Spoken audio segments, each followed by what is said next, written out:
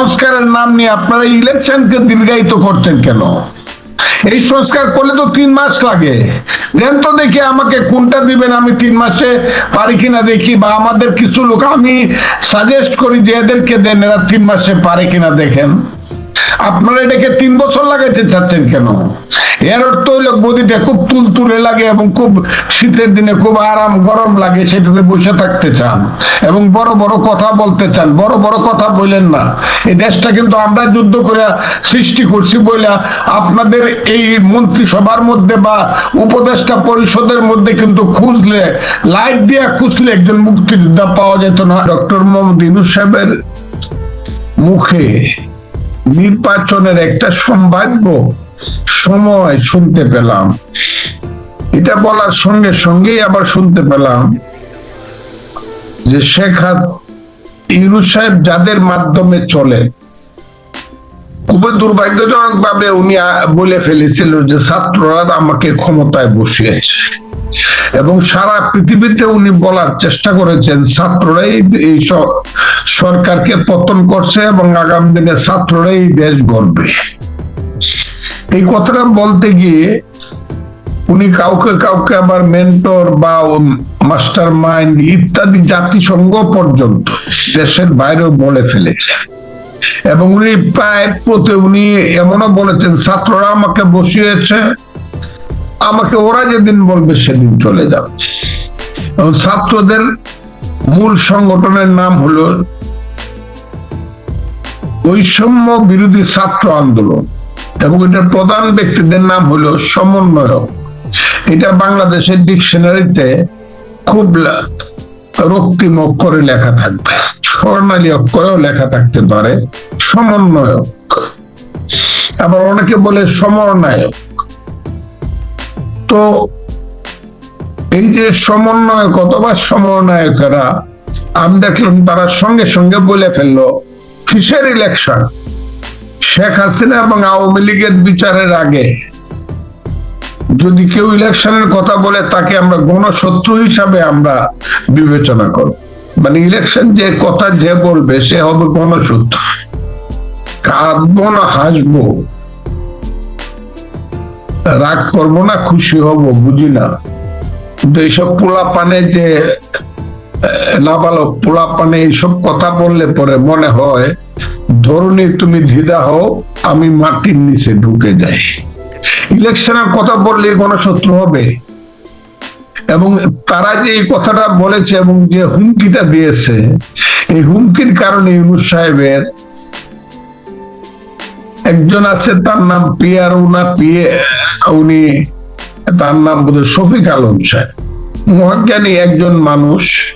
এখানে আমি দেখতেছি কাউকে কাউকে বলা হচ্ছে সক্রেটিস, কাউকে কাউকে বলা হচ্ছে অ্যারিস্টটল। তো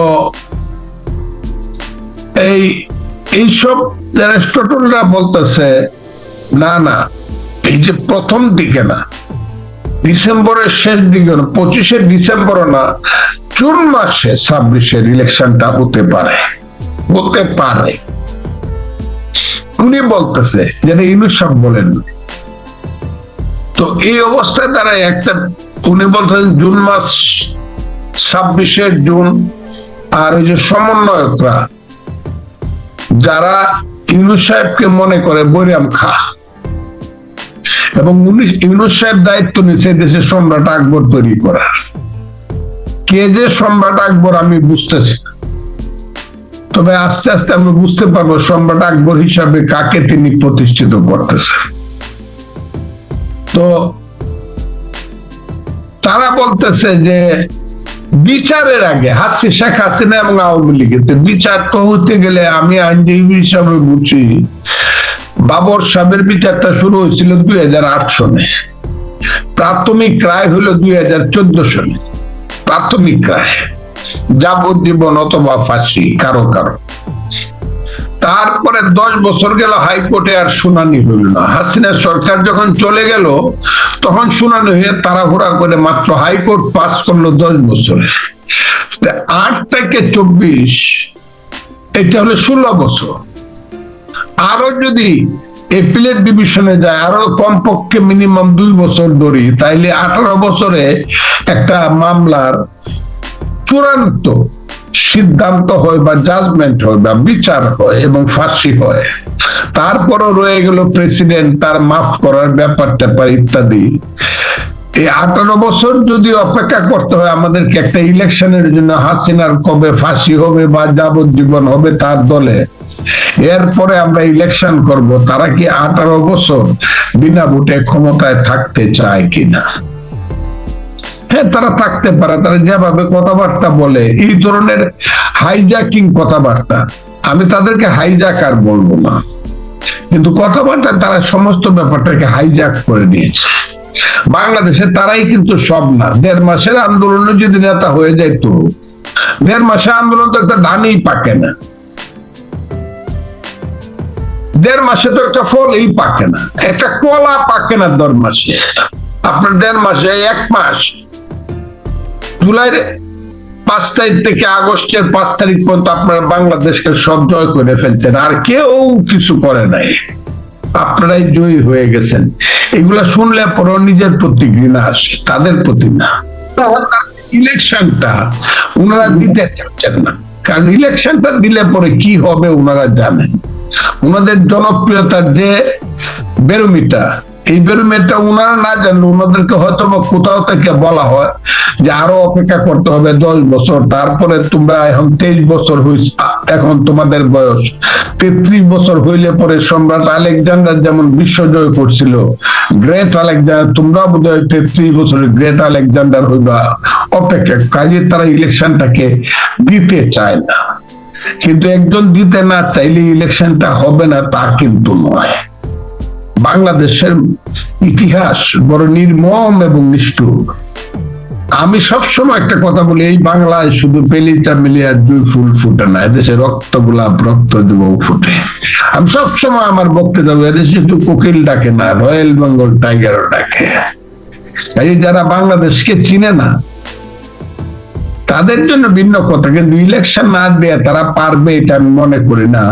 আমি মনে করি ফেব্রুয়ারি মার্চ থেকে এটা বুঝে যাবে ইলেকশন তারা কবে দিবে এবং কবে দেশে ইলেকশন হবে। তবে ইলেকশন যত দ্রুত হয় ইউনূস সাহেব বেঁচে যাবে, বাংলাদেশ বেঁচে যাবে।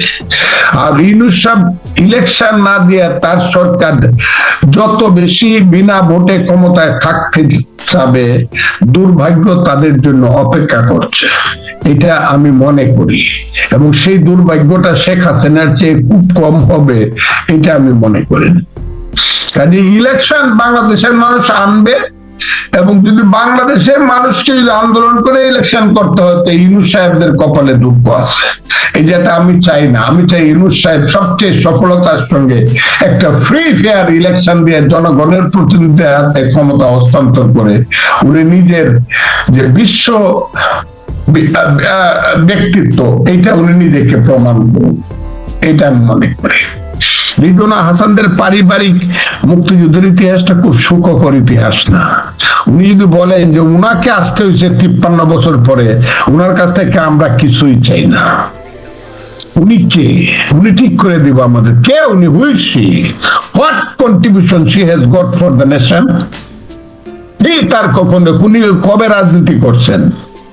ও কিছু এনজিও করছেন, আর কিছু ওই যে বিদেশি পুরস্কার পাইলে পরে মনে করেন যে মহান ব্যক্তি হয়েছে, তা না। কিন্তু উনি ওই দিনের কথাটা আমার মনে হয়েছে রাজনীতিবিদদেরকে উনি খুব ছোট করছেন। আর রাজনীতিবিদরা আছে বলে তো রিজওয়ানা হাসান, রাজনীতিবিদরা ছিল বলে তো দেশটা স্বাধীন হয়েছিল। আপনি রিজওয়ানা হাসান হয়েছেন, ভুল ত্রুটি রাজনীতিবিদদের যাই থাক, এখন আইছেন আপনি ঠিক করে দিয়ে বলে আপনার ঠিক চাইটাই না, এনটা বিদায় অন ইলেকশন দিয়া। নাইলে ইলেকশন করে দেখেন হবিগঞ্জের হেড টু কোয়ার্টারে আপনি তো মহিবুল হাসান সাহেবের মেয়ে, আমি ওনাকেও চিনতাম, কয়টা ভোট পান দেখেন, জামানতটা বাঁচে কিনা। যে আপনি ঠিক করবেন কি, আগে ভোটটা করে আসেন, হবিগঞ্জের মানুষকে জিজ্ঞাসা করেন যে আমি রিজওয়ানা হাসান, মহিবুল হাসান সাহেব আমার বাবা ছিলেন, অমুক ছিলেন, তমুক ছিলেন, আমরা সম্ভ্রান্ত পরিবারের ছেলে মেয়ে, ইলেকশন করে দেখেন তো কত পার্সেন্ট ভোট পান। কাজে এত বড় বড় কথা, এত অহংকারী কথা বলেন না যে আমাদেরকে কেন আসতে, উনি করতে কে আইছে? আসমান থেকে আইছে না, উনি ইউনূস সাহেবের দয়ায় আসছে, এনজিওদের দয়ায় উনি আসছে। ইউনূস সাহেব যদি বলতো যে উনার যিনি, ইউনূস সাহেবকে যিনি ভাত রান্না করে খাওয়া, তাকেও উনি উপদেষ্টা করবেন, ইউনূস সাহেব পারতো। যারা আজকে উপদেষ্টা, যাদের ইতিহাসটা করে সাংঘাতিক কিছু গ্লোরি আছে, এটা ঠিক না। কাজে এত অহংকারী কথা রিজওয়ানা হাসান বলবেন, এটা আমি আশাও করি নাই কোনোদিন, যে 53 বছর পরে আমাদেরকে আসতে হইলো কেন? রাজনীতিবিদরা ঠিক করতে পারে নাই বলে। আরে পারে নাই মানে? রাজনীতিবিদরাই তো এই দেশটা এই পর্যায়ে নিয়ে আসছে। হইতে পারে গণতন্ত্রের জন্য শেখ হাসিনা যা করছে, সর্বনাশ করছে, সর্বনাশ করছে, ফ্যাসিজম করছে, হইতে পারে সেটা, কিন্তু দেশটা আজকে যে আপনি এত সুন্দরভাবে এত বড় বড় কথা বলেন, এইসব তো বাংলাদেশের স্বাধীনতার জন্যই হয়েছে। আর বাংলাদেশের স্বাধীনতাটা তো এই দেশের রাজনীতিবিদরাই করছিল, আপনার বাপে তো করে নাই, আপনার বাপ তো বিরুদ্ধে ছিল। আমি খুব স্পষ্টভাবে কথাটা বললাম।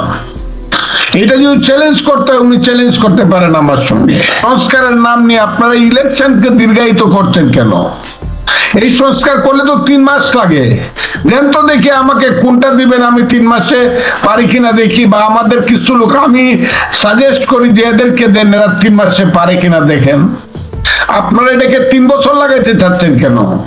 এর অর্থ হইল গদিটা খুব তুলতুলে লাগে এবং খুব শীতের দিনে খুব আরাম গরম লাগে, সেটাতে বসে থাকতে চান এবং বড় বড় কথা বলতে চান। বড় বড় কথা বললেন না।